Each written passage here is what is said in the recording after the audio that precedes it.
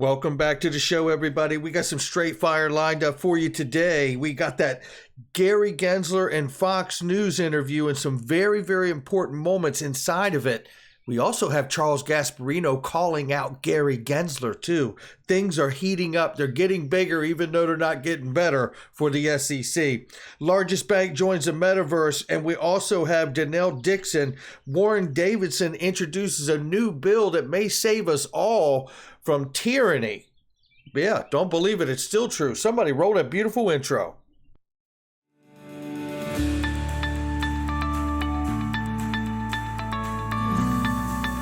Digital Perspectives with Brad Kimes. Come on in.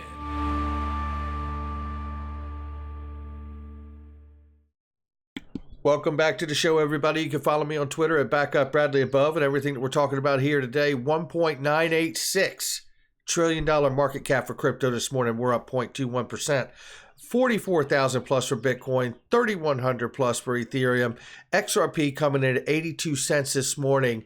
Let's look at the range of numbers very quickly here. We're ranging between 82 cents on the bottom and 86 on the top. We'll keep an eye on it, ladies and gentlemen. I trust capital. The only thing better than buying crypto is buying tax-free crypto. And you can do that right here with a crypto IRA, the best in the business, in fact. And we're about to look at some Metaverse news. And by the way, there are Metaverse tokens, if you like that you can get tax-free with your IRA, like Mana, and I believe Axie Affinity as well, and some others. So make sure you check them out. And let's take a look at this first piece of news this morning here. It is Dragon J right here who shares this. It's the picture of the Metaverse on Decentraland. And look at this. Ripple and Coinbase look like they have an office. Yeah, and so does Carbon Horizon.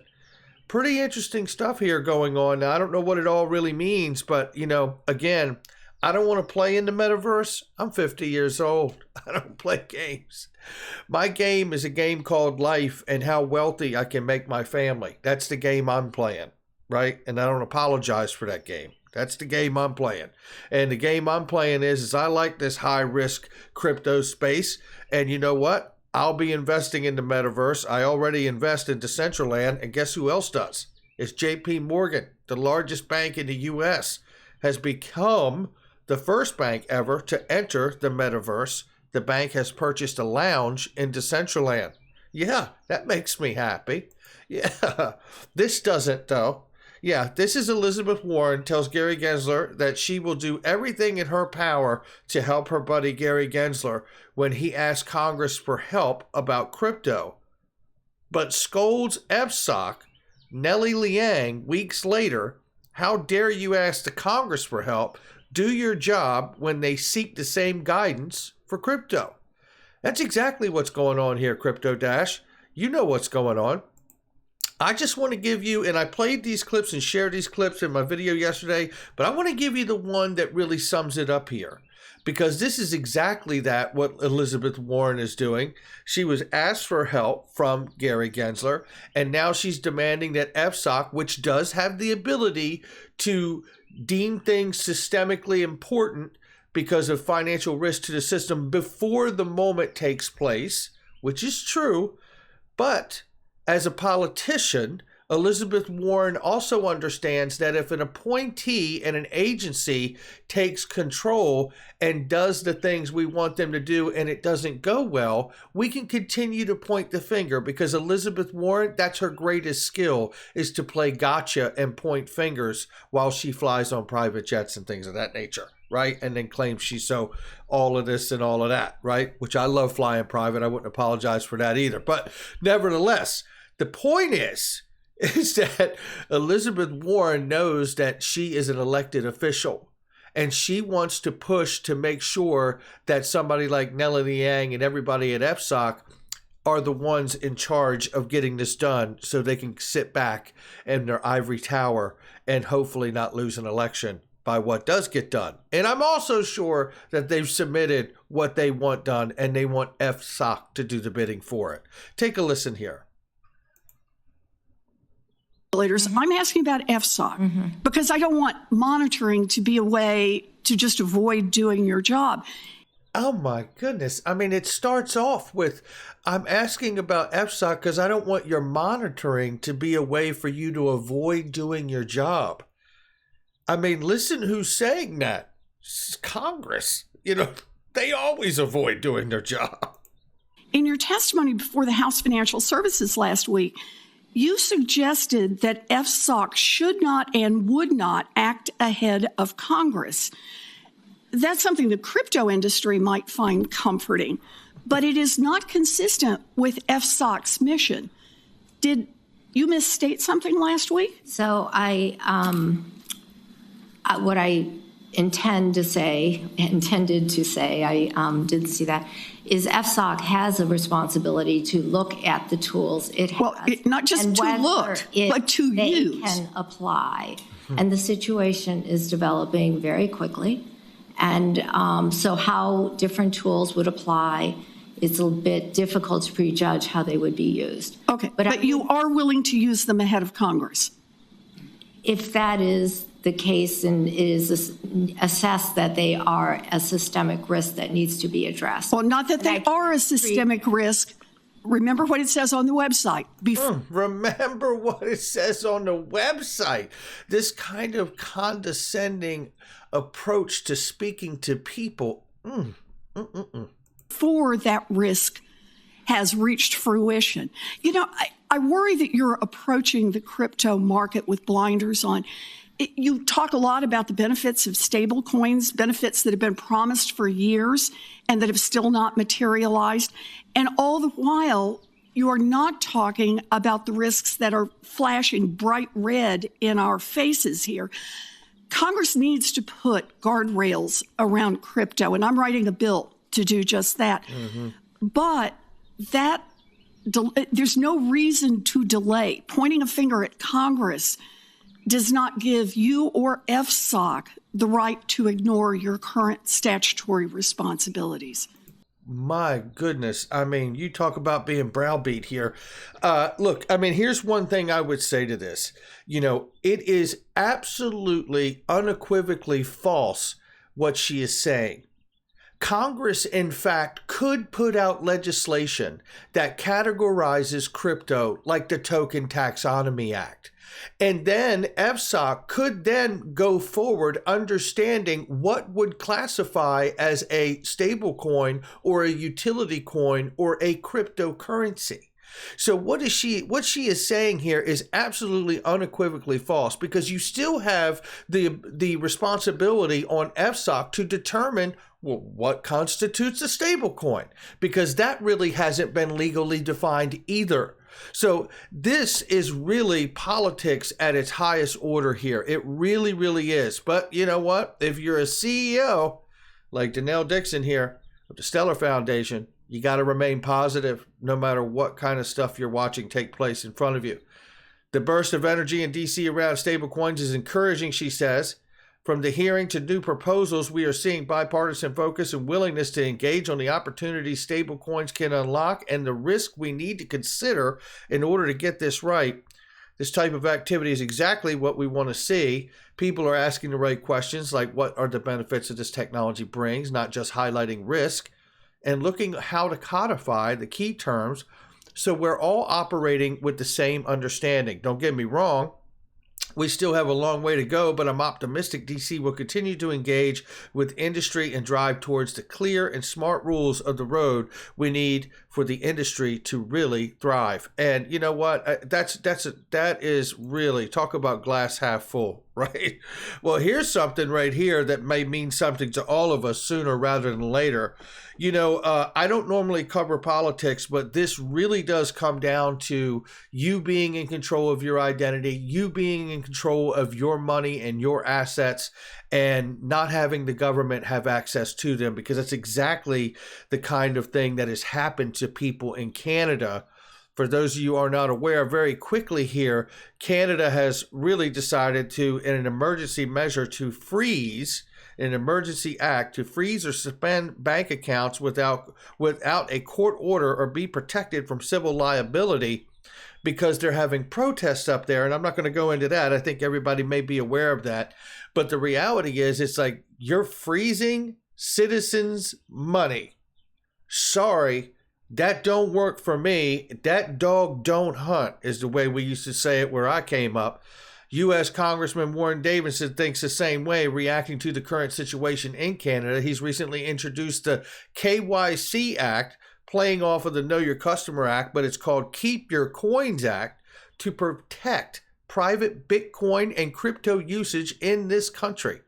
Specifically, it prohibits federal agencies from interfering with the right to self-custody and to transact peer-to-peer. It restricts their ability to ban self-hosted cryptocurrency wallets. I tell you what, Warren Davidson, I am really liking you a lot, and I liked you before, my man. In Canada, things are looking bad for freedom. The government reduced the legitimacy of all crowdfunding platforms by prohibiting them to give Canadian truck drivers the money people donated, and then it got worse. As X Strategies, Greg Price puts it, Canada's Deputy Prime Minister says under the Emergency Act, banks can immediately freeze or suspend bank accounts without a court order and be protected from civil liability. That's a problem at my house. Now, I don't care what it's about, but you got to let freedom ring sometimes, whether you like it or not. I mean, there's too much of this canceling culture going on in the world, and I don't subscribe to one side or another. I'm a human being. And this is just flat out wrong. So I hope Warren Davidson gets some traction with this bill. And until he does, this is why I have a cold storage wallet with Ledger. Okay? I can buy, sell, and trade and put it all right into my cold storage wallet without anybody having access to it but me. Let's take a look and change gears now, because yesterday Gary Gensler appeared on Fox News, and he was extremely evasive, ladies and gentlemen, extremely evasive. I'm going to skip the section about BlockFi and the Super Bowl because it was all meaningful, by the way, and shout out to Liz Clayman for the interview. But I'm going to take you to a section here where we start, where he's going to talk about ETFs, and I want to highlight something before he goes on, and he is asked about XRP versus Ethereum. Take a listen. What's really important is these underlying markets, Bitcoin and the other markets, the underlying cash markets, are trading on exchanges. And those exchanges, I continue to say, come in, work with the SEC, register under the securities laws. It's probability weighted, but you've got 75 or 500 or thousands of tokens on your platform. It's pretty unlikely none of them are securities. So we did this working with BlockFi, trying to find a path forward and protect the investors at the same time. But here's where I get confused. If you're comfortable with a futures ETF on Bitcoin, why are you not comfortable with a spot ETF for the underlying security of the futures ETF? Listen what he says. So let me just walk through a little bit. The staff looked at this very closely over a number of years, actually, and Bitcoin futures that you referenced, trading on the Chicago Mercantile Exchange. That Chicago Mercantile Exchange has had a regulated market since 2017 by our sibling agency, the Commodity Futures Trading Commission, an agency I was once proud to chair. So you should know, I think really well of the CFTC. So that's part of that framework. We don't have that framework for the underlying cash market at this time. He literally just gave the nod to the CME, the Chicago Mercantile Exchange, because that is a regulated exchange. What Gary Gensler is saying, if you want me to approve an ETF, spot ETF, or a futures ETF outside of the CME, then you better have the exchanges that are not registered with the SEC come see me, because you're not getting one until you do. And if you do want one, apparently you better have the CME put it and apply for it, because they're already in the regulated framework. So why hasn't the CME applied for a spot ETF? You know, let's keep listening because it just gets even worse. Here we go.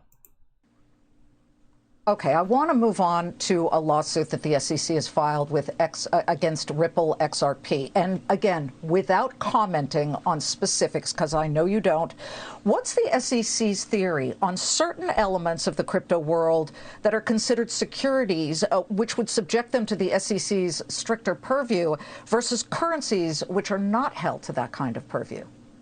So it's pretty straightforward, actually, is that in the 1930s, after the collapse of the markets and the public getting defrauded, there was a basic bargain, and Congress wrote with a very broad brush the definition of security. And they included like 32 different terms. And amongst those terms, the conceptual framework was the public investing money, anticipating profits on the efforts of others. And the Supreme Court in the 1940s and multiple times since then have had the same approach. My predecessor, Jay Clayton, said it as well as I could say it, that in looking at these tokens, it's rare to find one that isn't doing that. The public is investing, hoping for a profit based on the efforts of some other group. Here we go. Okay, but that's with any investment. There is that caveat emptor, buyer beware element to all of the stock market. What confuses a lot of people, Gary, and if you could really clarify here, is, where do you draw the line, the distinction between what is a security and what is an actual currency? Example A, what Ripple did, selling XRP to build out its underlying blockchain network, no different than example B, Ethereum floating an ICO, a coin offering to help its underlying Ethereum blockchain. There is no difference, a lot of people say. None. So Liz, you started by saying you weren't going to ask me about specific cases. And so if I can help the audience. I said example A, example B. Yeah. He goes on to deflect here. And this is a huge problem, ladies and gentlemen, because Ethereum, in fact, did an initial coin offering, and there has been no penalty. The problem here, whether it's Jay Clayton or William Hinman or Gary Gensler, it doesn't matter. There is an inconsistency here that must be addressed. I am really imploring all of you to come together and let's tag the SEC politely and professionally and respectfully. Why has the SEC not called for a public audit of Ethereum's initial coin offering, for which we know has obviously got some huge problems? This should be something that the SEC and Gary Gensler should be able to answer to, because it doesn't deal with the case. Do not reference XRP. We're talking about asking the simple question: will you, Gary Gensler, and the SEC call for a public audit of Ethereum's initial coin offering, for which we know Joseph Lubin has explained to investors in Wales that you can disguise your identity? Just this call to action, I'm telling you, has to be addressed. For one, I can tell you there's an even deeper question. Why hasn't that due diligence on the SEC been done already? Look, Charles Gasparino knows what's going on, and Charles Gasparino calls out exactly what's happening here. Take a look right here. He is on fire here. He recognizes exactly what's taking place. And I want you to hear Charles Gasparino say it. Now, he's going to go from one conversation talking about AMC into XRP. Listen how it unfolds here. And this is potentially huge. I know the market's up today. It's taken a breather. And I know AMC is off its lows. It was as low as $15 or $14 a share. It's at 18, 19 now. But it's down 80% from its highs.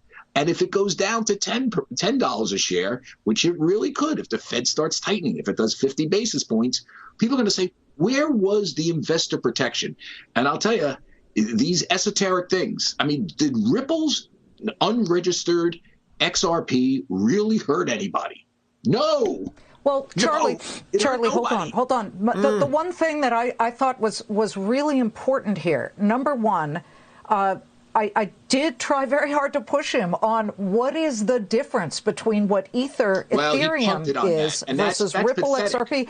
You know, that's so and they pathetic do that. Liz, that is so pathetic. He punted on that.